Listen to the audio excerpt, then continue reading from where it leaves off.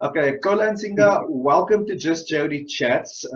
First of all, I admire your work, bro. And a question I get asked a lot is how easy it is to become a sports presenter. And I thought I'll get one of the country's best. Tell us a bit about growing up and where did your interest in sports and sports presenting start? Well, it's really weird because I think most sports presenters, in fact, most presenters on television, I think I've met, probably never thought they would end up there. And I think my story is not very different. That said, massive interest in sport. Obviously, for most people, it starts at school and family interests and so on. My old man and his brothers used to play rugby, and we'd go off on a Sunday and watch them playing.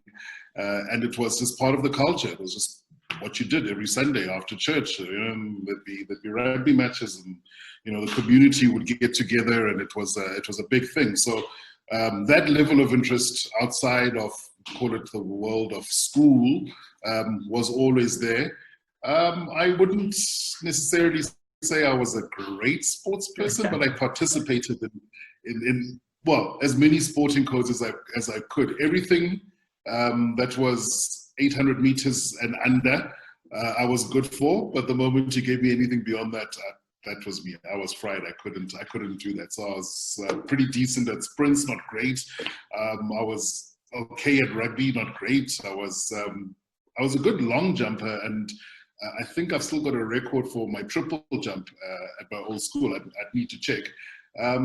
So I was participating in as many different sporting codes as possible. Finished school, went off to study law at Tuks of Nux. So yes, studied law at Tuks, but I knew by the end of the first year, second semester, that law wasn't going to be it for me, to the disappointment of my parents. I think, especially considering that my mom is an academic, so that didn't go down particularly well. But I was lost after that. I did so many different things. I think it was one, search for independence as a youngster. Two, trying to find where in this morass of the world I fit. And sales are the easiest jobs to get, and I sold all sorts of things: photocopiers, fax machines, sold cars, was a broker consultant, selling investment products and life products and annuities and all sorts of weird and wonderful things. But while I was doing the sales gig, I was also doing retail radio on weekends, and I would do it on a Saturday afternoon and a Sunday morning, because I knew that broadcast was just something that I wanted to be involved in. How, I didn't know, but I was behind a microphone talking to people, playing music and having chats, and that was wonderful for me. It was invigorating.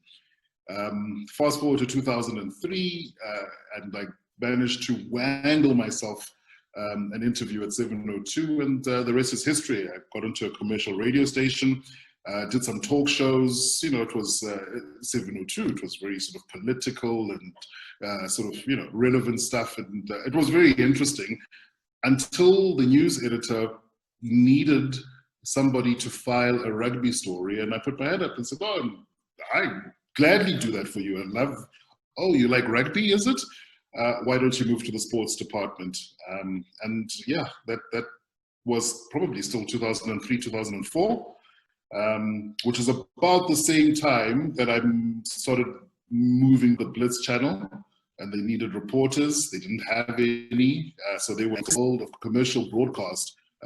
You kind of have to be prepared to work for nothing. You kind of have to be prepared to give up your weekends, stand in for people, find the opportunities. They might not come very easily, and I'm sure, Jody, you've seen this movie before.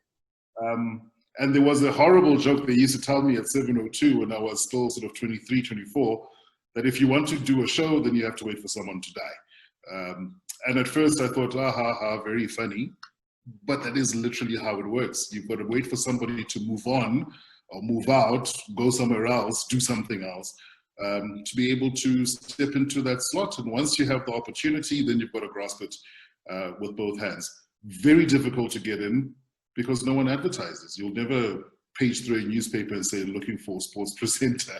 And that means that you've got to be creative. You've got to meet people. You've got to get your name out there. You've got to be a little bit of an irritant. And to me, to my mind, that's the only way that it's ever worked. Xola, do you think your radio background gave you a good enough footing and setting an experience for when that big TV moment came? Definitely. I still find radio more difficult than television. And I say that kind of loosely. There are aspects of TV that are much more difficult than radio.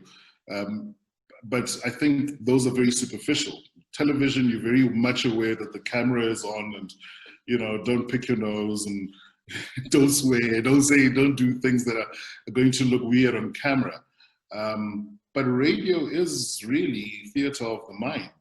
You don't have any visuals to back up what you say. So if you're writing bulletins, writing reports, you've got to be as descriptive as possible. You don't have a lot of time, and you'll know this as well, Jody. I mean, radio really sort of limits you to a couple of minutes. The sports report happens in 2 minutes after the news. It's very, very quick.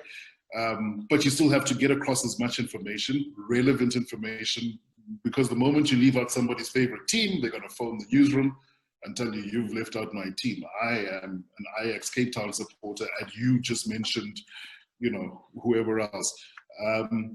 So that was, I think, really, really important to be able to walk into television and not have to worry about the content of what's going on, but to worry about the superficial nature of the medium that television is.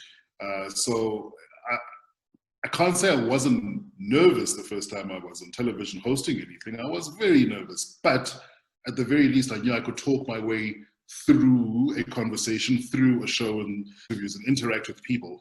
And if you've got one of the aspects down, it does make life, I think, so much easier. And we used to play a game. You could always tell on TV the people who came through from radio tend to be long-winded, talk a lot, almost overly verbose in your descriptions. And you could single them out, you could spot them. But still, wonderful learning ground. Xola, and obviously a lot of youngsters see you on TV, you make it look so easy, they hear you on radio, sounds so smooth. They don't know all the hard work that goes on behind the scenes, the research and stuff like that. They think you just walk onto a set and, you know, talk about the Brumbies playing against the Crusaders. What do you say to the youngsters who think it's that easy? Yeah, I remember when I was still working in the newsroom at 702, there was a young lady who had come through from college, recently qualified, had an opportunity to go and audition, and she wanted to be a newsreader.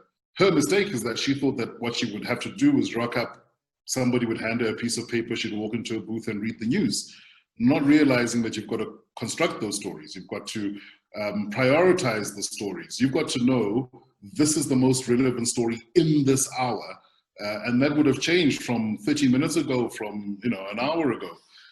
So all of a sudden you find yourself immersed in whatever it is you do. If you're a news reporter, then you immerse yourself in that. If you're a sports reporter, you immerse yourself in that. And that I carry across into television. No one is going to tell you. No one is going to give you a work methodology. No one's going to say, here's the rules. At 5:05, you're supposed to do this and do that and prepare this way. No one's going to tell you anything. We also don't use things like auto cue, at least in the Supersport studio. So everything you see and hear it comes off the top of the heads of the people sitting in the studio, which means that you've got to put in a lot of prep. So I would, before doing an average Super Rugby game on a Saturday afternoon, would probably spend an hour per match. So I'd do back-to-back games. That means I'd do about 2 hours, maybe 3 hours of prep. Sometimes it would be even more, depending on how comfortable I feel. You can never prep too much. You can also never finish prepping, which is a little bit of a frustration because you can always read more. There's always articles. There's always an opinion piece. There's always highlights that you might have missed.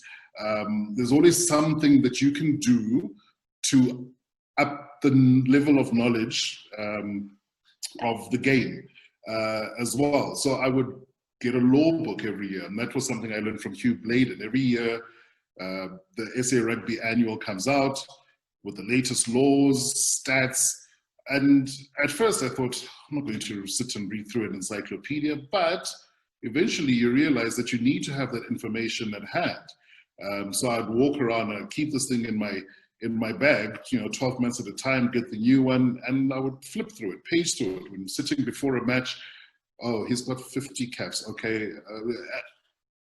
The frustrating thing is that the vast majority, the bulk of that information that you store is never used in a production. You almost are preparing for the eventuality that you might have to use it, and that's very difficult. So you're not preparing with any end goal in mind, but you are preparing for the uncertain. You're preparing for the fact that something might happen. They might not be able to play an ad break at that time. They might not be able to roll a specific sting or an interview, which means the director is in your ear and little earpiece saying, X, talk, give us another 40 seconds. And what do you do in 40 seconds if you don't know the subject matter? You ramble. So that's what you prepare for. You prepare for the things that you can't prepare for. So what would your advice be to a youngster considering a career in sports broadcasting? I'm trying to think back at the most valuable advice that I got. And there are a couple of people who were really, really great for advice. And so is the older guys. Read, and read. That was the first bit of advice I got from Tex Texera, who was head of production at Supersport, and said, sign up. I mean, we're talking about magazine era, so sign up, get a Sports Illustrated, delivered to your house once a month. Read about other sporting codes, what other coaches are doing and saying, things that aren't necessarily related to just your specific area of interest. So read and watch. And that's a very difficult thing to do. I would get teased, still do. People say, oh, you can't tell me that seriously this is work. You have to go home and watch rugby. That's not work. Well, it is work. It's work when you have to watch 6 or 7 matches a weekend. You have to watch them. You can't save it for Monday, because Monday is the start of a week. You've got work to do. There's all sorts of distractions happening on Monday. So my weekends were lost for 15 years. And that's what I do. I'd watch a hell of a lot of rugby. I do quite a lot of reading. And you can't keep it up all the time. It's impossible. There were times where I'd drive into studio and there's a match currently playing and I'd have to jump into the seat and say, oh, well, that was a great match, but knowing that I've only watched the first half. But if you've got background information, if you know that the Brumbies and the Waratahs came into this game 3 points apart, on the log, you've seen the results, you understand the implications, and you can actually have a conversation with the experts in the studio. So those are the 2, I think, most important things. And then the third thing, once you're in and you are broadcasting on whatever platform, is be yourself. And this is a very difficult one, especially when you're being trained. I found that I was trained by a couple of different people at different times, nothing specific or nothing formal. And people would say, no, do it like this. And it took me a very long time to realize that, no, I can't be like that guy. I can't sound like him, and I can't present like she can. I need to present like me. And that's a very difficult thing, because everybody's pushing you into a specific area and saying, do this, be that.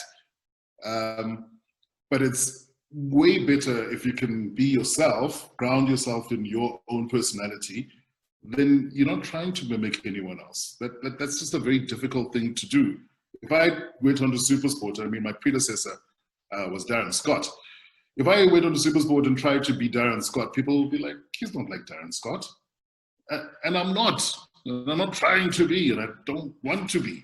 And that did lead to a little bit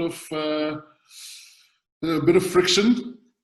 But you have to, I think you have to stick with it. You have to say, well, this is me. I'm the guy with the dreadlocks. Well, not now. Now it's going fast. But I got a lot of resistance for that. A lot of people would tell me, no, cut your hair. You know, you're doing well, but you know, if you just cut your hair and you look neater on air, people will react better to you. And I'm like, but no, this is me. And it took, I think, all of 10 years to be able to walk into a studio and no one would think twice. Well, there's the guy with the dreadlocks who does the rugby. It's his bag, that's what he does. But like I say, that's a 10-year battle. So that would be my fourth and last piece of advice. Patience, patience, patience. Because you simply have to wait for someone to die or move on. I think, Xola, between me and you, we should start the dreadlocks again. I also cut mine after 7 years. Yeah, you look naked.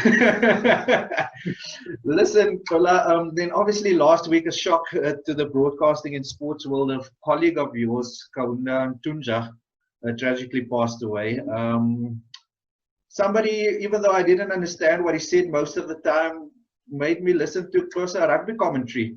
A sad loss for you personally and as a colleague as well. It's a very sad loss. It's an absolute shock.